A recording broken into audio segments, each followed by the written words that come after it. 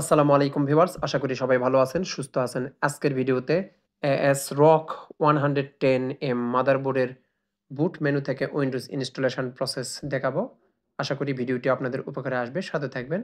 আমরা F11 press করতে থাকবো বুট মেনুর জন্য। বুট মেনু অপশন আসবে, এখান থেকে পেন ড্রাইভটি সিলেক্ট করে দিব। আমি সিলেক্ট করে দিচ্ছি লিগেসি, আমার hard disk partition style MBR, আর বায়োস সেটআপ থেকে লিগেসি সেটআপ করা আছে, এই জন্য আমি লিগেসি সিলেক্ট করছি। আর যদি আপনার hard disk partition style GPT হয় এবং বায়োস থেকে ইউএফআই সিলেক্ট করা থাকে, তাহলে আপনি পেন ড্রাইভ ইউএফআই সিলেক্ট করবেন। আমি লিগেসি সিলেক্ট করলাম এবং এন্টার দিব। নেক্সট দিব, ইনস্টল নাও, চেকমার্ক, নেক্সট, ইনস্টল।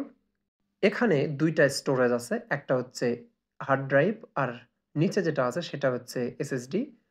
আমি এসএসডি থেকে ডাটা ব্যাকআপ নিয়েছি সি ড্রাইভ থেকে। আমি ডিলিট দিব। আপনারা ডিলিট দেওয়ার আগে অবশ্যই ডাটা ব্যাকআপ নিবেন, তা না হলে ডাটা হারিয়ে যাবে। আমি শুধু এসএসডিটি ফরম্যাট দিব।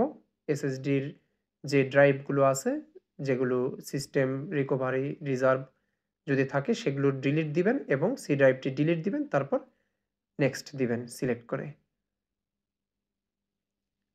ইনস্টল হতে থাকবে।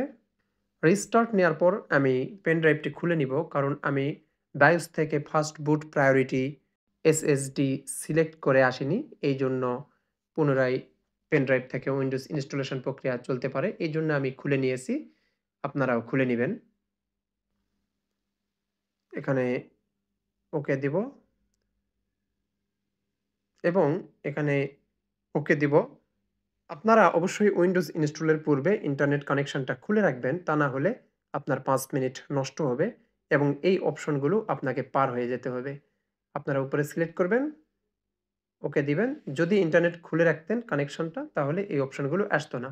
আমরা এখানে অফলাইন দিব, এটা ক্লিক করব এবং লিমিটেড কানেকশন এখানে ক্লিক করব। ইউজার নেম দিব একটা, তারপর নেক্সট করব। পাসওয়ার্ড আমি পরে দিব, তারপর এগুলো ওকে বা নোট নাও দিয়ে আপনারা ফিনিশ করতে পারেন। ওকে দিব। আশা করি ভিডিওটি আপনাদের উপকারে আসবে।